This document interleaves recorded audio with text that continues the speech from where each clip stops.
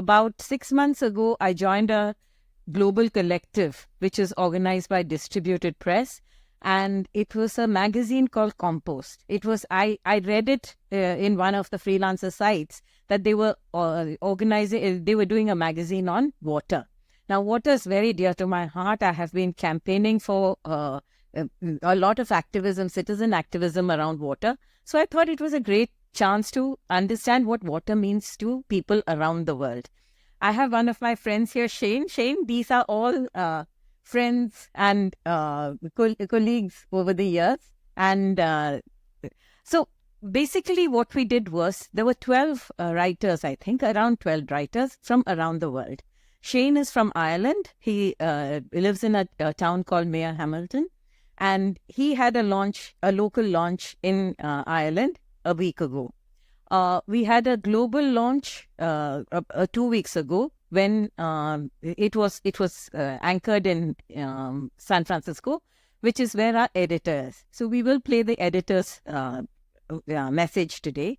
And then what happened was, everybody thought of water so differently. For somebody who was in Kenya, the waterway was one, you could reach the outer world, but it was also the place where slave trading happened, right? So she looked at it through the eyes of a slave, a former slave. For Shane, it was the Puca, which is a mythological figure. And when the entire area was flooded, so what happens to the Puca? So Shane will talk about that. Jakarta is the fastest sinking city in the world. So for them, the problem was how to solve the problem of a sinking city. In Netherlands, the rising water makes it makes it so relevant that they did think of how to protect themselves from rising waters 200 years ago, and they need to reach back to that wisdom and see whether they can contextualize it. And in India, every one of us knows that city after city goes under when it rains. We wait for the monsoons for the whole year, and when the monsoons come, all of us, there's loss of life, property, there's so much inconvenience. So there's so much that we can do around water, and we must do around water. Honestly, I feel that unless there is, at least in the Indian context, unless there is water activism, where the citizens feel that it is important that we become part of this whole activity, we will never find solutions. We can't wait for governments, and that's exactly what I wrote. I picked up two people, one from Gurgaon and one from Bangalore. They were well-earning young professionals. But what happened was that when the water floods your houses and your offices, your dreams are going down the drain. But of course you say, I pay my taxes, why doesn't the government do something? And suddenly you find that there is a way of handling this whole thing. There are so many solutions, micro solutions, which solve macro problems. And I feel that this whole effort of mine is to make sure that these micro solutions, each one of us becomes part of that, or at least is sensitized to that. You may not actively pick it up, but you can be sensitized to it and in your own way contribute to it. MAHI Ishikawa Sutton is the editor of this magazine. This magazine is called Compost. That's for Commons Post. So let's get MAHI to talk about it. Hello, my name is MAHI Ishikawa Sutton, co-founder and lead editor of Compost magazine. I really wish I could be there with you all today in Delhi. Instead, I'm recording this message from my home in Los Angeles, California for a Jashari to play for you at this event. So what is Compost? Short for Commons Post, it is a magazine that publishes text and multimedia works that explore the web as a digital commons. Compost is a project to manifest a small corner of the web that invites creative expression built with care and mutual support. Our process aims to metabolize and renew our relationships with the web by publishing works that are approachable, intimate, and grounded in research and lived experience. Our work is grounded in a curiosity about the interrelatedness of the digital, technological, earthly, and human. Compost was founded together with Distributed Press, a project to build beginner-friendly, open-source publishing tools for the World Wide Web and decentralized web. Compost is the creative lab and testing ground to try out these tools for publishing that aims to put more control over publishing in the hands of writers, artists, journalists, and organizers.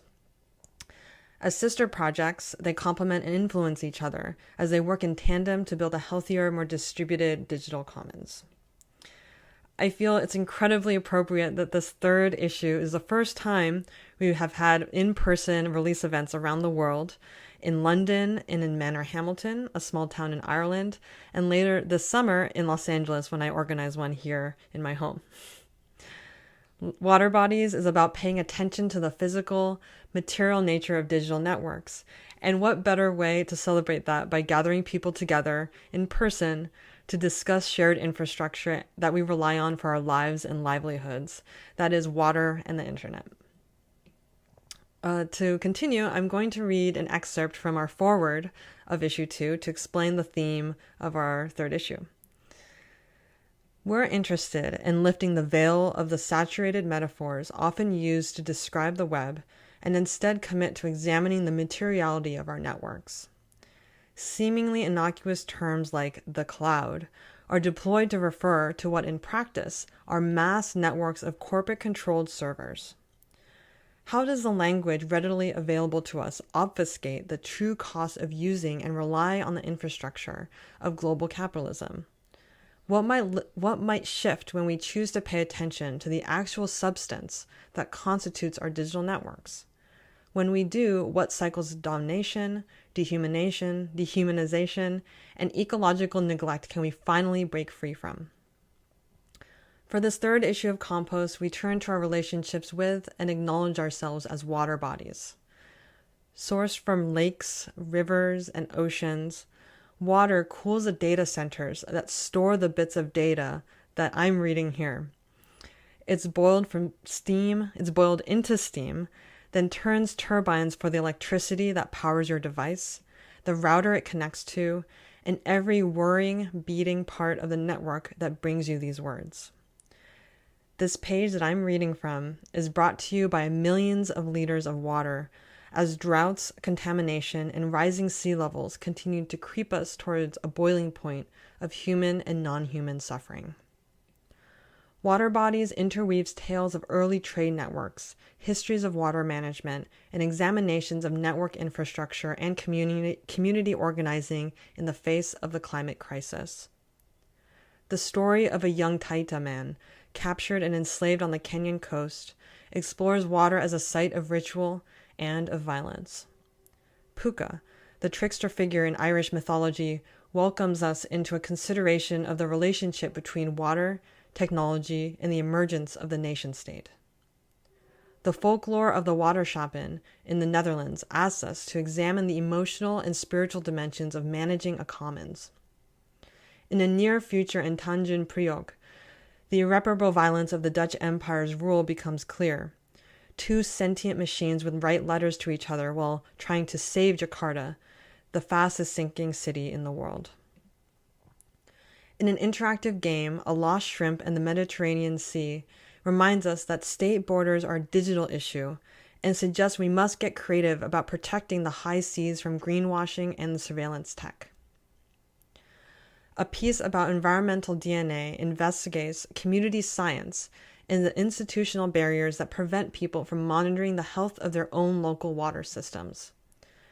We learn, too, about Bengaluru and Gurugram, where ordinary people are working together to restore lakes and curb flooding threatening life in the tech capitals of India.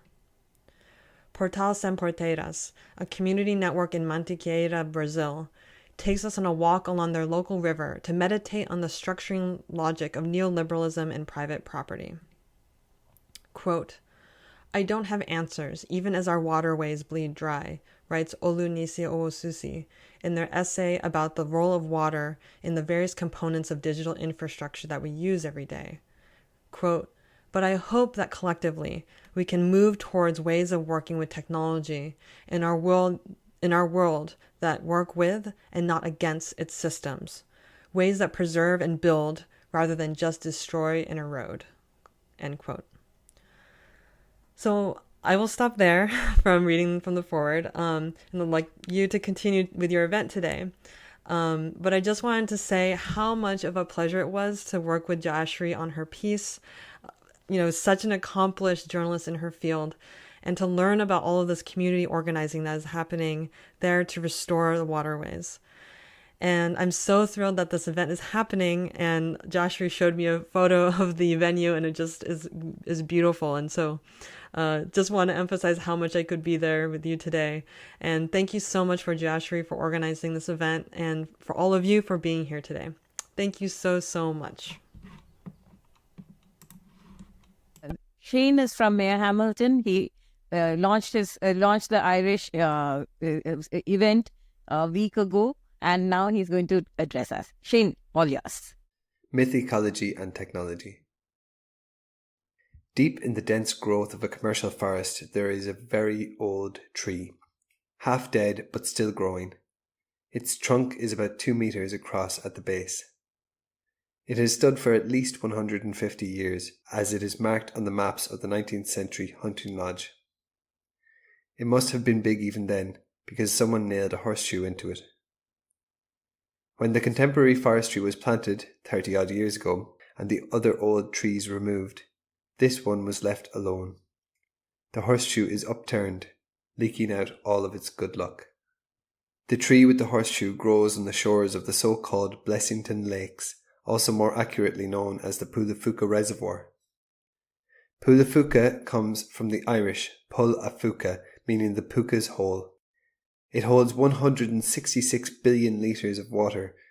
Just over 100 years ago, there was no water there at all. 5,500 acres or 22 square kilometres of land that is now submerged underwater. It is clearly visible from the window of an aeroplane.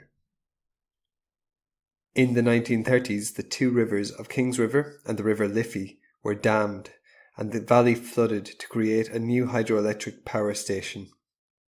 The station, still in operation today, represented a major engineering project in the young Irish Free State.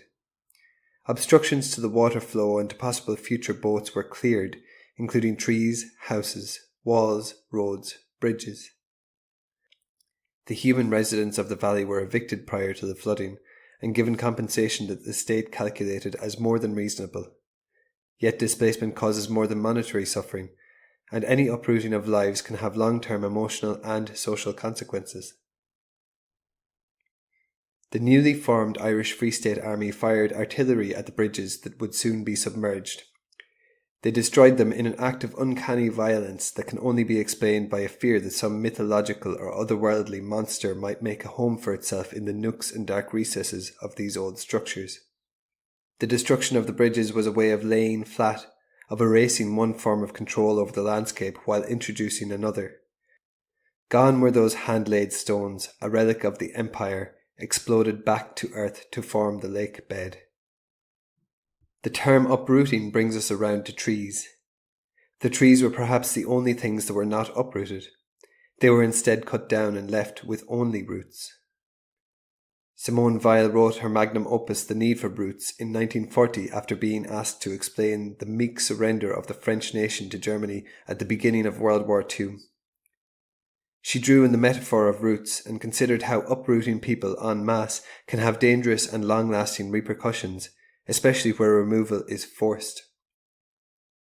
Exiled in England, she also wrote on the nation-state as a relatively new idea, while just across the Irish Sea, the reservoir was gradually filling with water as part of a new state project. We need roots, Weil argues, for social and natural connectivity. At the time that Weil wrote, in the 1940s, Western scientists had long been convinced of two major ideas, both premised on moral philosophies and both without evidence. The first was that human beings were at the centre of what we understand the world to be. The second was that species are always in competition with one another, an idea that gained traction after the discoveries of people like Darwin and Humboldt, but that cannot really be attributed to them. The idea of a place always in competition is a convenient myth for people who want to hold power. Weil would not have known the discoveries that would be made in the late 20th century about just how connected species are to one another. Western scientists began to prove what many in non-Western cultures had argued for generations, that species are interconnected in unexpected ways.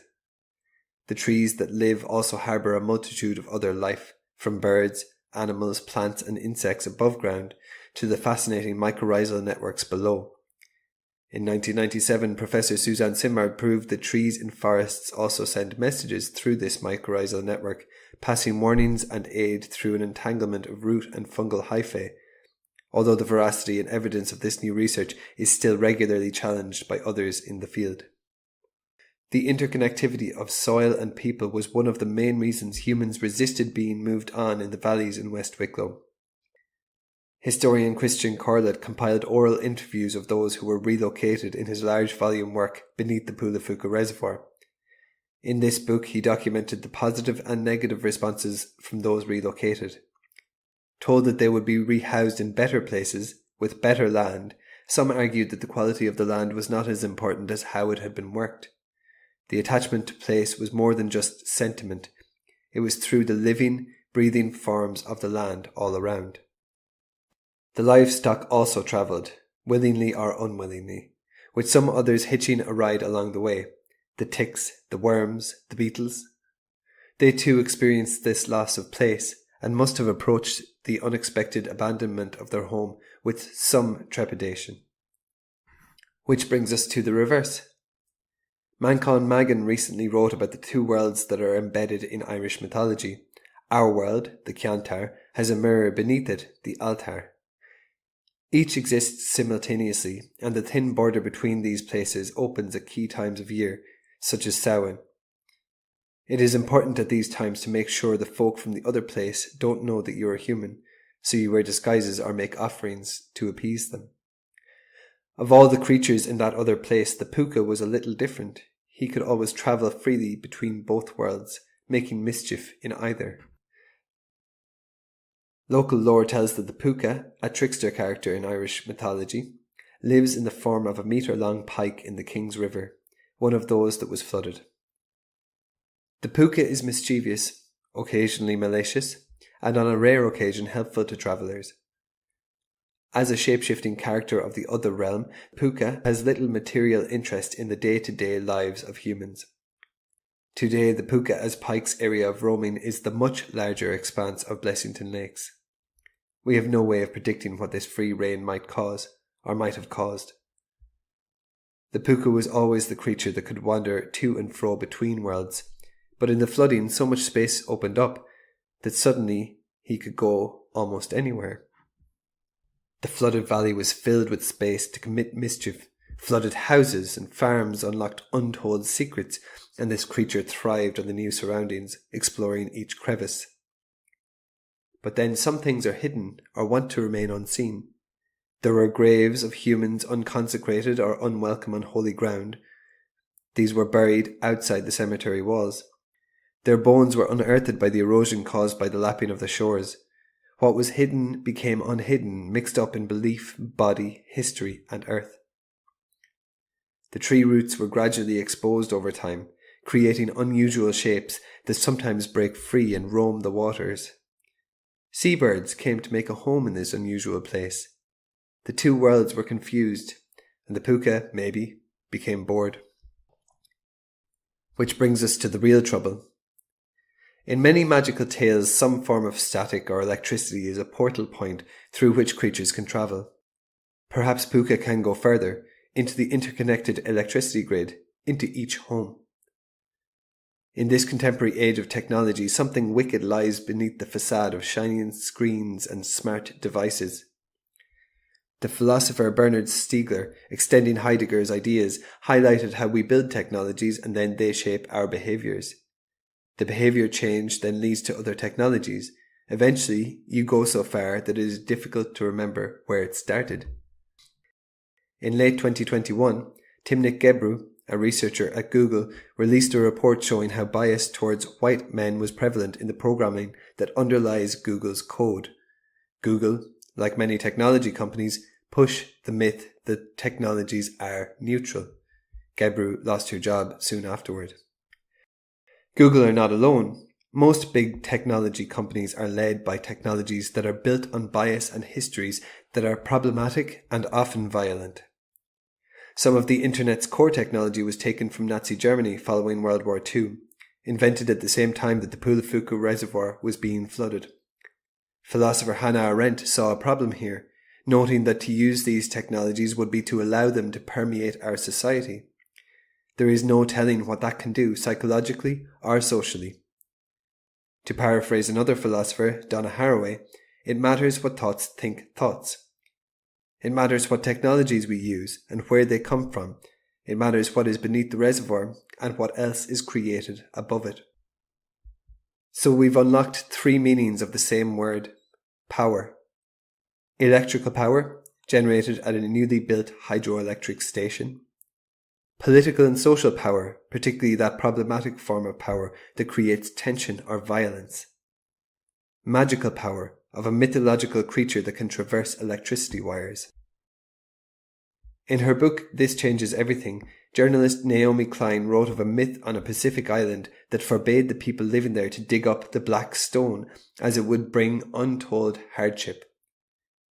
Many years later, under pressure from Western powers, the islanders relented and mined the coal. Soon the place was near uninhabitable. The story may be apocryphal, but everything we understand is predicated on some form of story, philosophy, or myth.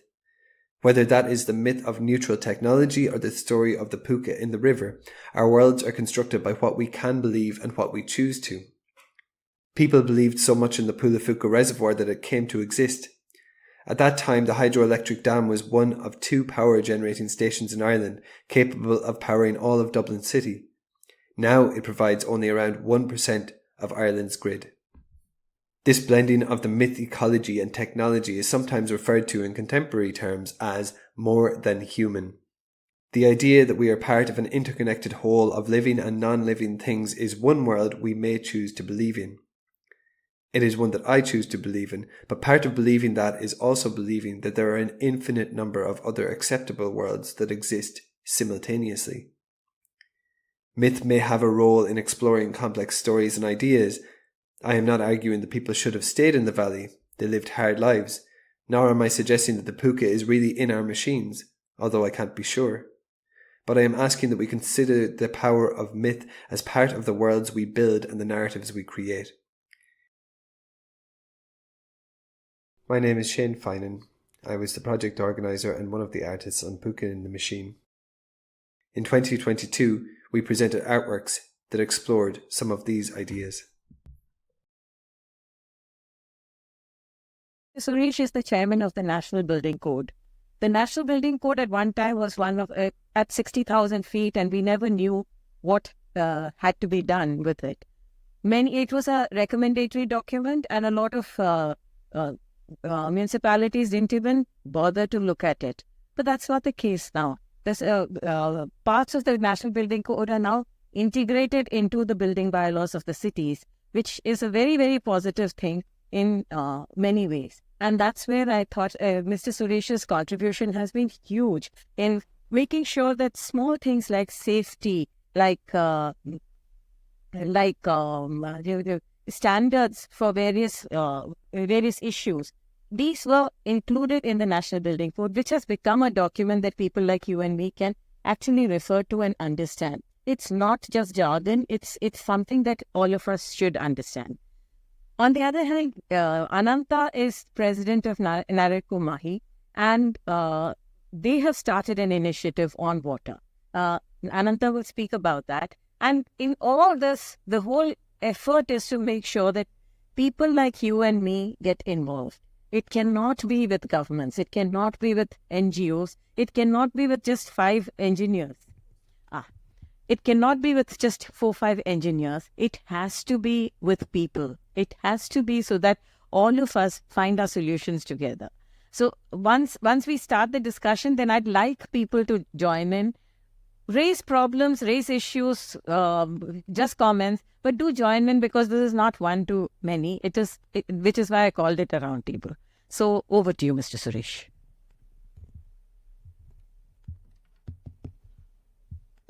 What a pleasure to join this distinguished group here, and also hear from MAHI and Shane, the type of initiatives being done not only in the overall global context, as Mai said, and also the local initiatives done in Ireland. In India, water, of course, is what is supposed to be one which is worshipped one. The whatever is a lifeline, the river and each one of them, whether Ganga or Yamuna or all the source of water is what is lifeline component there. Among the Panchabhuta, the jal is a very important component which we respect, revere and do that. But are we doing that particular thing the right way to respect that? No, because large number of water bodies that we have, be it river or rivulets or lakes or airy or whatever, various words which are told, ponds, etc., all of them are being destroyed increasingly because what is the outfall from one particular area would be the input water for the next city coming. All along the Ganga, you have roughly around 98 odd cities which are there, and each one of them, and most of the civilizations have been on banks of rivers, be it Narmada or Kaveri or Ganga or Yamuna, whichever, or Godavari, etc., are there. So my point is, in spite of the fact that water is the most important, you yourself a history there, how Fatehpur Sikri, they had to shift to Agra because the problem of water not being, the water just not being there, so they shift that particular thing to Agra. You're aware of all that. So the limited point on which we want to say is why with the increasing population from whatever lower level of around 32 crores in the time of independence to 142 crores, 110 crores getting added in about 76 years time period, and more so in the recent time period from 2001 to 2023, we are just about 100 crores and we are about 142. 40 crores getting in about 20 years time. So the demand for water with the increased population is phenomenal. And it is not only the population demand, but also the urbanization also has taken a large way. The move from the rural to the urban shift, which also puts a lot of demand on water. So let's try to look at it.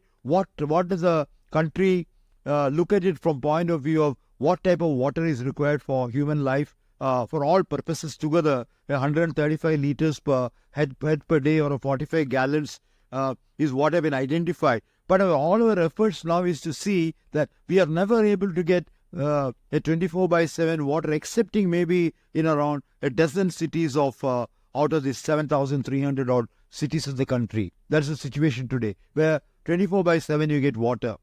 Water from the tap you can drink. The only city which has done recently is Bhubaneswar. Of all the cities whereas all over, whether you go in Europe, I was in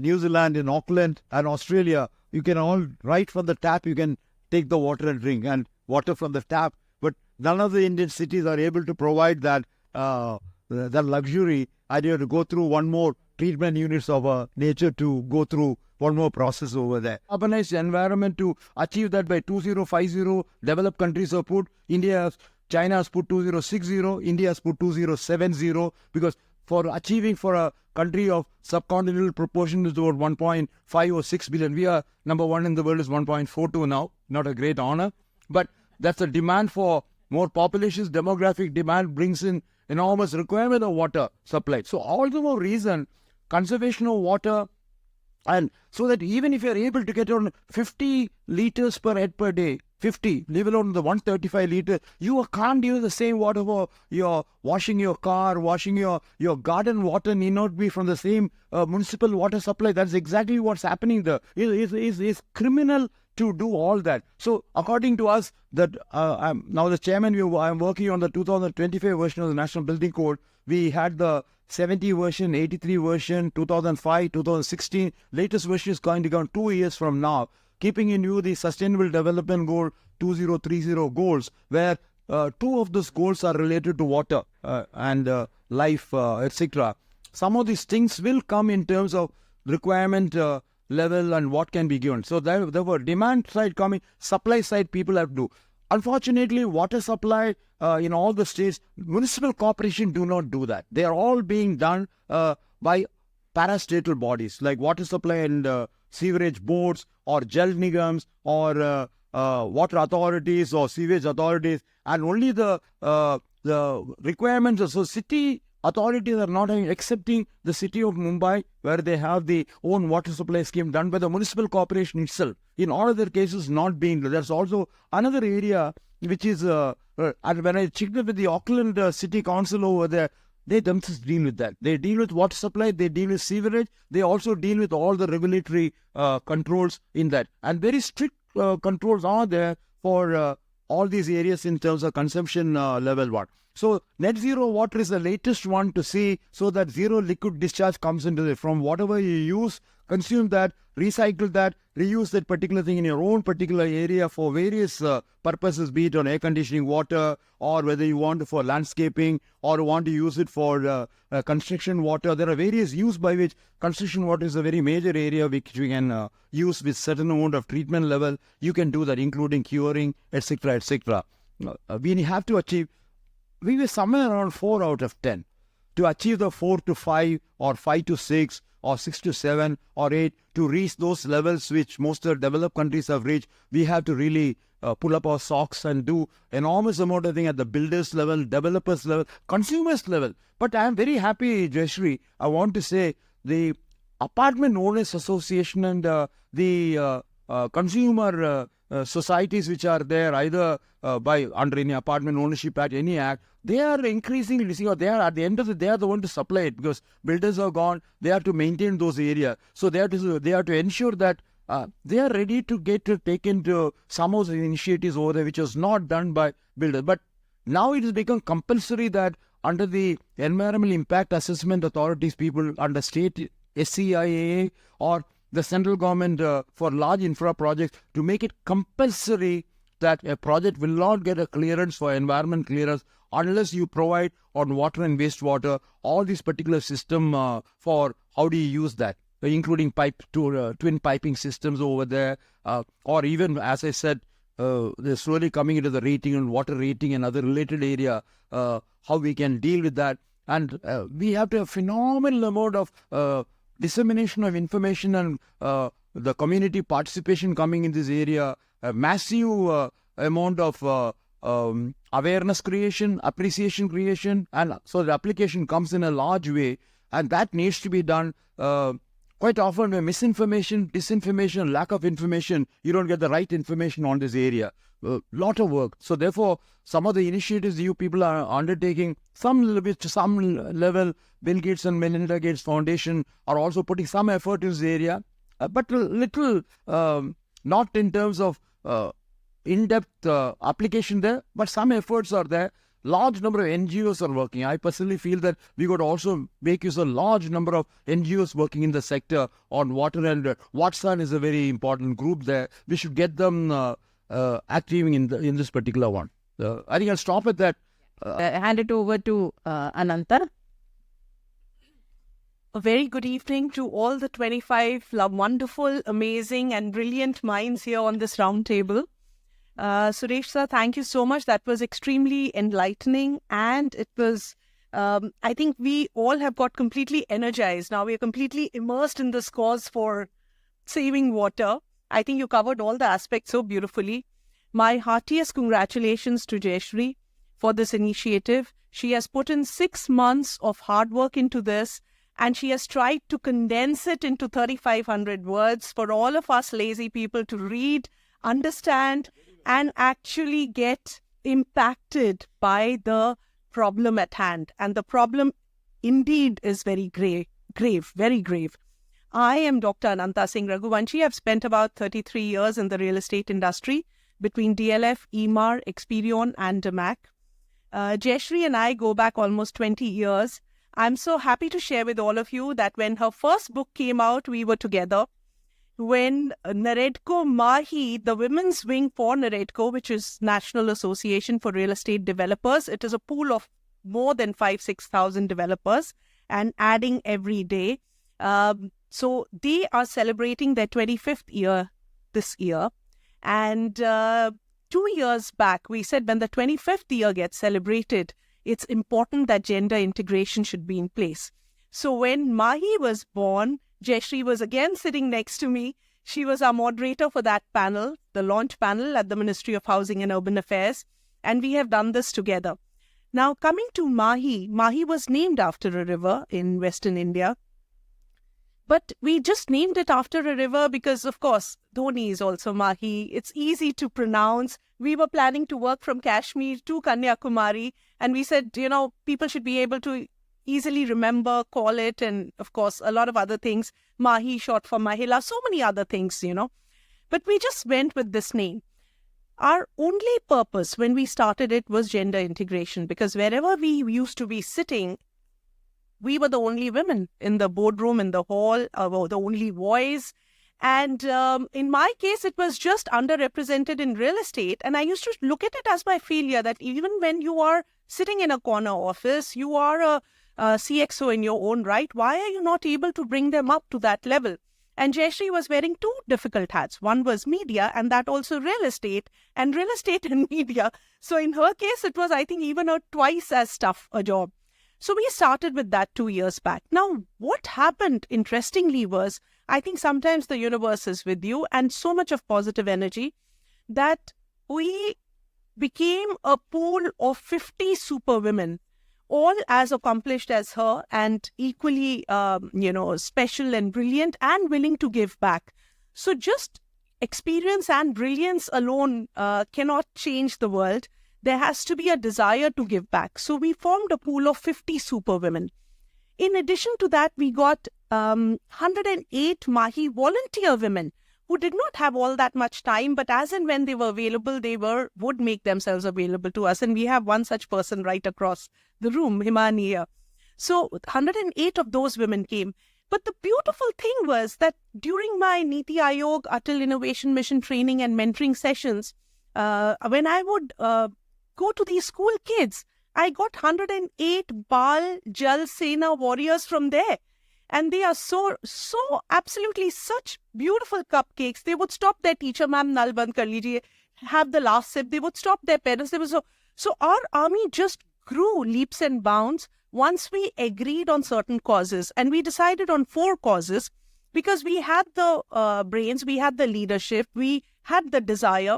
The first one was Nirmal Jal Prayas, which was launched by the Honorable Minister, Shri Hardeep Singh Puri ji. In fact, Suresh sir was also there and Jayashree was also there. We launched it at the Plumex along with the Indian Plumbing Association. So Nirmal Jal Prayas, for which I am a course director, the reason why that was born was because India has 18% of the world population, but only 3% of freshwater reserves. So it sounds terrible, but the fact is that we are having potty recycled water day in and day out. And we don't even know what we are going to leave behind for our children and for their children. Now, the trouble is not that when she's trying to put the 4 C's together, ladies and gentlemen here, citizen, city, collaboration, and climate. So it's not that we are bad people. The trouble is that we citizens in this city or in any city are actually not aware. So what MAHI is trying to do is we formed our 6A initiative, advocacy, awareness, adoption, association, amplification. Now we're doing all these things and working in all directions so that the awareness goes. First is the awareness. You have to know what the problem is. So that's where the citizen steps in as far as we are concerned. कि आपको पता होगा तभी तो आप कुछ कर पाएंगे. The cost of giving you that water in that bottle is huge because it's recycled. So that's one part. Now coming to the city part. Now one part is we have to save water. We have to revive. We have to save. We can easily in our houses save 30% of water at source. And that's the point Suresh was trying to make. The aerator costs only $40. You put it on your tap and then automatically there is no wastage. Instead of having a bath in the shower, you just have a bath with a bucket. You save 10 times. I mean, the shower is 10 times of consumption. So little things can make major differences in our houses. You wash the vegetables, use it for the plants. That's again a huge difference. So citizen, city, that's one part is saving, collaboration. Now this is a collaboration between IGBC and NAREDCO. We are all putting our resources together. Himani is running a startup incubator. There again, this is part of the message that we are spreading out. And today I'll take a promise before I leave that all 25 of you are going to be Jaya's water warriors for us. So that's going to be another pool and another group for you. So I'll take my Guru Dakshina and go. I'm really bad like Dronacharya here. So, so that is, it is one is that. So collaborations help. Now coming to the most important and the difficult part, which is climate. Is it actually climate-induced floods? Can we put our hand on our heart and say it's only climate-induced floods? Why is the climate changing? Urbanization and climate change is, of course, impacting our urban flood volumes. There is no doubt about that. But it's also important that drainage adaptation in the urban planning happens. And who's going to do that? Again, citizen-city collaboration has to happen. How much can you keep blaming on the climate? So that's one part. The second part is, are we actually understanding the drivers behind the urban flooding? And are we trying to reduce the devastating impact? Of course we know. We know where the concentration pathways are and why. Which are the vulnerable districts? Every citizen knows. This used to be a river, this used to be an aquifer, this used to be a lake. We know it. But we don't get involved enough. So even if a pipe or a water tank of a neighbor or something on the road is running, we have to actually have that madness to keep chasing the reason for the problem till it gets fixed without feeling embarrassed. Without feeling embarrassed. I mean, हम सब अपना bank balance अच्छा बना ही रहे हैं और तभी यहाँ बैठे भी हुए हैं. Everyone is so accomplished, but the fact is that there's a karmic bank balance also. सब कुछ use करके अर्थ पे और खराब करके गड़बड़ करके, that's when we want to leave. So little things will make a major difference. So we know the concentration pathways and we know that in a very easy way, the 4 C's that she's trying to educate us about can be put together and an urban resilience assessment can be done. Little girls and little young men do not have to die because an underpass got flooded. It still gives me goosebumps just reading that news. It is horrible. We know the risky districts. We know the vulnerability. We don't need smart cities. We don't need technologies. We need spawn cities. Why can't our pavers be permeable? Why can't the water go through them? Why can't we have more trees? We are living in times where even for this, this exam which I passed last month about independent board director by the Ministry of Corporate Affairs, now you have a whole chapter on ESG. सिर्फ हमने वो क्या, रट के जाके लिख लेना है and feel very thrilled about our distinction marks. We are living in times of ESG. So environment, society and governance, all 3 have a role to play. Now, whether you call it ESG or you call it citizen city, collaboration, climate, whatever you want to call it, the fact is we need spawn cities. And we are not going to get these spawn cities unless we really raise our voice in the right manner.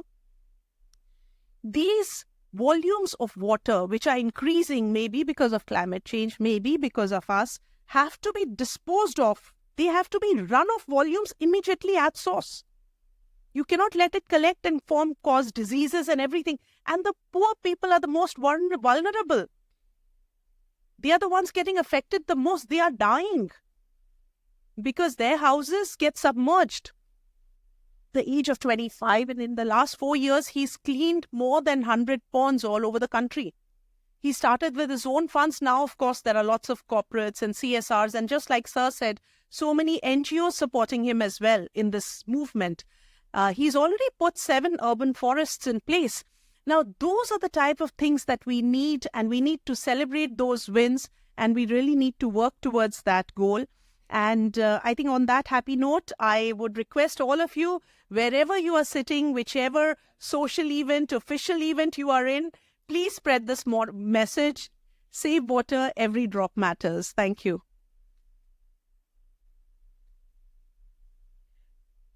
Actually what Ananta talked about, passion. Passion is something that can take you a long way. I'm a pretty mad person in Gurgaon, and I'm known to be one of those activists who's always a thorn in the flesh of many governance people. But the point is that you have to be. And I would like more and more people to be thorns in the flesh of the city managers. And it's not that city managers have 2 horns and 4 fangs. They, if you go to them with a solution, in fact, the CEO of the Gurgaon Metropolitan Development Authority, he said, "Madam, if you come to me with and ask me for the problems, I will tell you what our problems are. I'll tell you where the drainage lapses are. I'll tell you where where we have problems." He says, "But everybody talks about the problems. Come back to me with a solution." And that set me going, and that's the book that I'm working on. I've been working on that book forever. It seems the more I do, the less I know, kind of thing. But I think it's important because I think I have converted at least a handful of people into activists like myself. And I would like more and more activists to join. You don't need vast quantities of time to become activists. Ananta asked, is it because we have more climate-induced rainfall? Yes. Climate-induced rainfall does matter. But when I visited my sister in Singapore, that was the previous month, there had been floods. In the sense, water overflowed out of the drainage channels onto the roads. We are used to that, they are not. But what happened was, when I was there for close to 3 weeks, and every drainage channel was being deepened.